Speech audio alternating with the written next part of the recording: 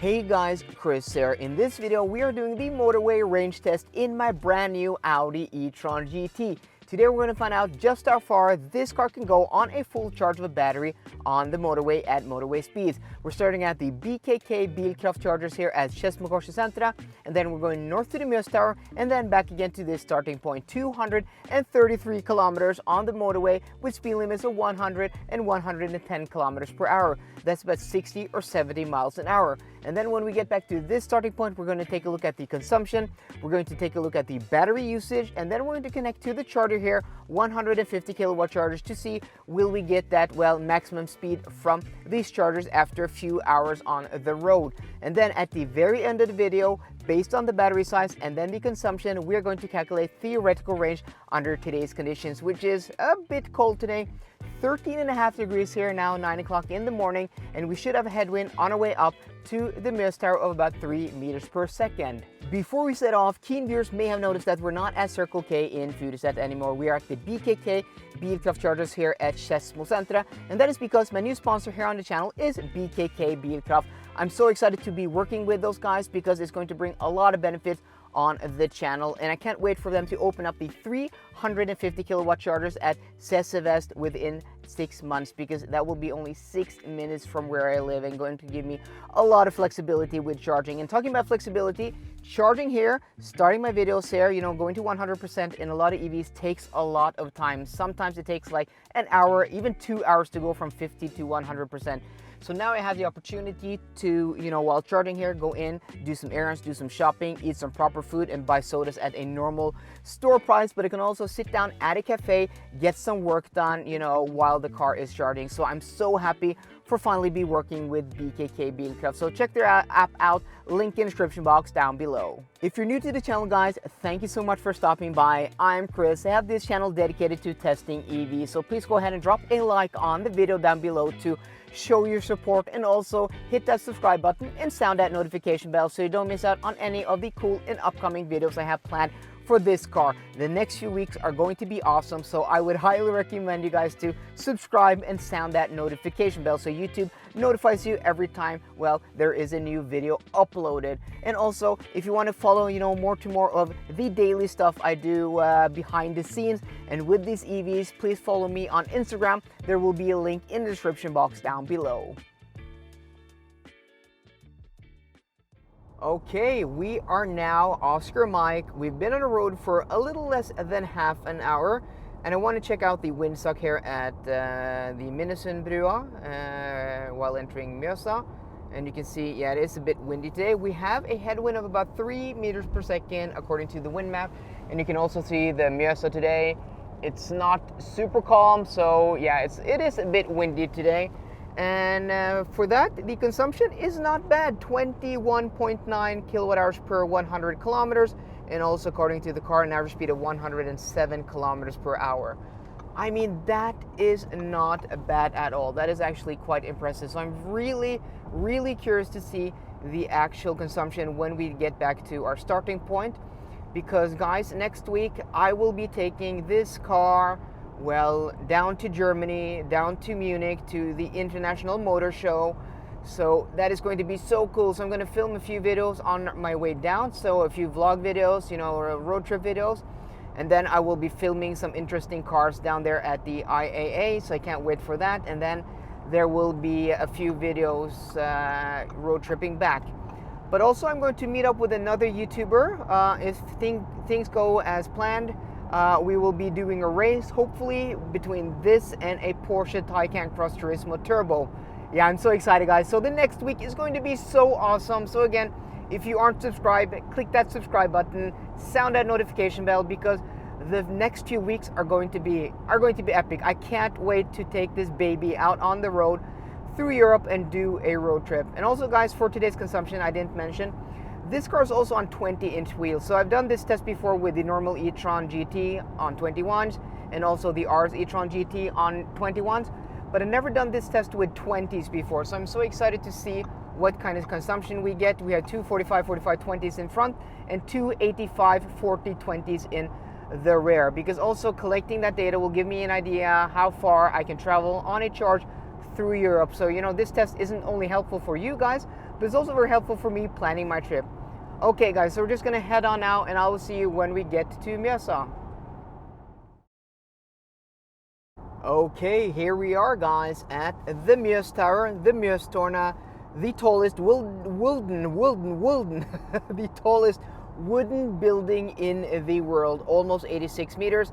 And as I said in the previous motorway range test, when we hit 30,000 subscribers, guys, I will, show you guys this more in detail. We'll go to the top and eat at the restaurant. Maybe we will spend the night there, just so I can show you guys the hotel proper. Okay, so we are now here turning around, and consumption 21 point, yeah, it's gonna drop now when we get into the roundabout, but 21.6 kilowatt hours per 100 kilometers, 21.5. That is not bad. And right before, we exited the motorway, I could feel and hear that it is a bit windy today. Yeah, and you can see from the trees here that it's blowing southward, so we have a wind from the north. That means we should have a tailwind on the way back. So I'm very excited, really curious to see the consumption. But another thing, guys, look at the temperature, 15 degrees only. We have been down low as much as down to 13.5 degrees, 13.0 I think. Today is not a warm day. It's very strange because yesterday we had a very warm day. It was like 25 degrees in Oslo, and then now it's barely cracking 15 degrees. So we should, hit higher temperatures when we get closer to Oslo again. But okay, we're now moving southward, southbound, and I'll catch up with you guys when we get back to Oslo. This is our exit 45 southbound on the E6 motorway, direction Oslo. Okay, so I just want to show you guys the off-ramp here, and the distance from the motorway we have to the shopping mall up here, and also the charters. It's not far at all. It's actually shorter than it was from the motorway to the Circle K. So right up here is the shopping mall. And then what we will do is that we will stop the timer. So we start it and stop it right here. So we are at, let's go, 2 hours and 7 minutes, which is exactly the same time I think we had with the XC40 P8 Recharge just a few days ago. So we're going to try to, use that as a target time. So the average speed is the same for all of these trips. And also, the first time I calculated 235 kilometers, but it's actually 233 kilometers. So I'll do a correction at, the chart at the end for the XC40 also, but we'll have the same, average speed here, which will be probably closer to 111 kilometers an hour. And look at this, guys, 21.0 kilowatt hours per 100 kilometers. And it's interesting to see that the car's reporting 106 kilometers an hour. Oh, and look at this, guys. So like last time, 2 of these chargers are occupied, but let's see how this can split the charge. Let's go ahead and park like this. But that is very interesting. 106 kilometers an hour, the average speed, while in real life it's actually closer to 5 kilometers faster. But okay, let's go ahead and go out of the car here, and let's go ahead and bring my phone so we can connect to the charger here. But these chargers are, let's go ahead. I'm not used to this low of a car. But these chargers, each of these Deltas here will give you a maximum speed of 150 kilowatts, but they have something which is called balance loading.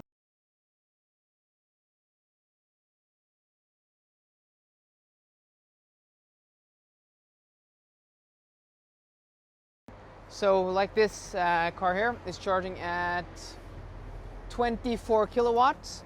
So in theory, we should be getting, that should give us like 125. So let's connect here and see if we can get that speed. So first off, I just want to open up the port here on this side. Yeah, and I know my parking is terrible here, guys. Look at that. It's really bad parking. I don't know if you guys can even see that. But okay, we'll have to pull this underneath this one here so you can pull it all the way towards the car. So this SK13. Okay. So, and I talked to my guy at BKK, and the reason they don't have more chargers here is because of the electricity, grid here. can't handle more chargers. So that seems to be, you know, the issue with some of these locations for charging, is that the grid is already full, already, you know, at its maximum peak. So let's go ahead and do like this. Okay, find the charger here. So hopefully that works without any issues, but I'm interested in seeing if we will get that, if it will, you know, split the charge as they claim, because some of these Delta chargers won't, but this should be, you know, the upgraded Delta charger, which should do what they call a balanced load. So this car's pulling 25 kilowatts, so we should be getting the remainder of that 150. So that's going to be interesting to see here. Thus far, we are only getting 74 kilowatts.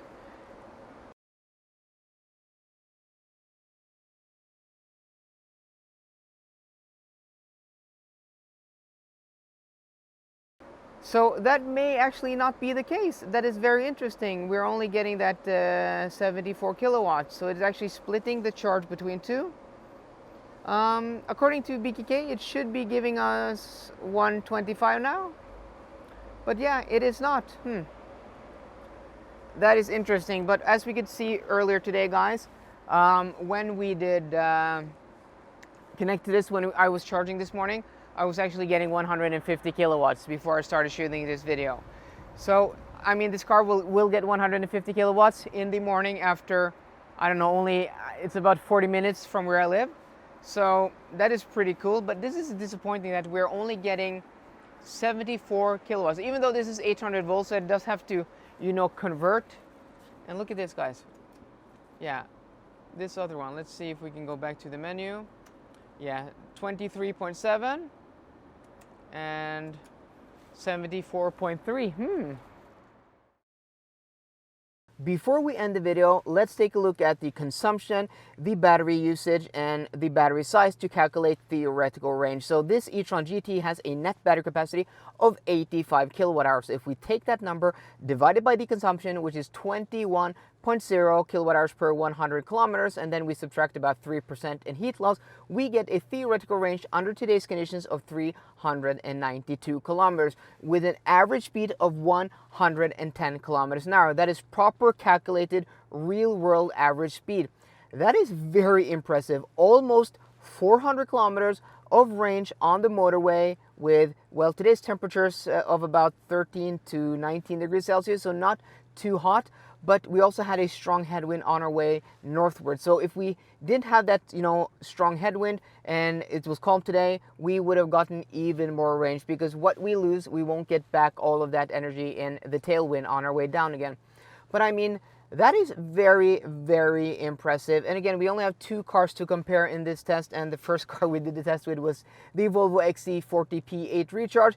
But it's so interesting to see that how much more efficient this car is in getting that 100 kilometers of extra range, even though this is a big and heavy car. It's bigger and heavier than that XC40 P8 and has much bigger wheels. I mean, the wheels on this, even though it has the 20-inch wheels, they're still 285 in the rear. But guys, I'm so excited to take this car now out on a European road trip and using, you know, the 350 kilowatt chargers from Ionity to road trip through Europe. So guys, I do hope you enjoyed today's video. If you did, please drop me a thumbs up down below, and for more car content, as always guys, please subscribe. See you guys later and goodbye.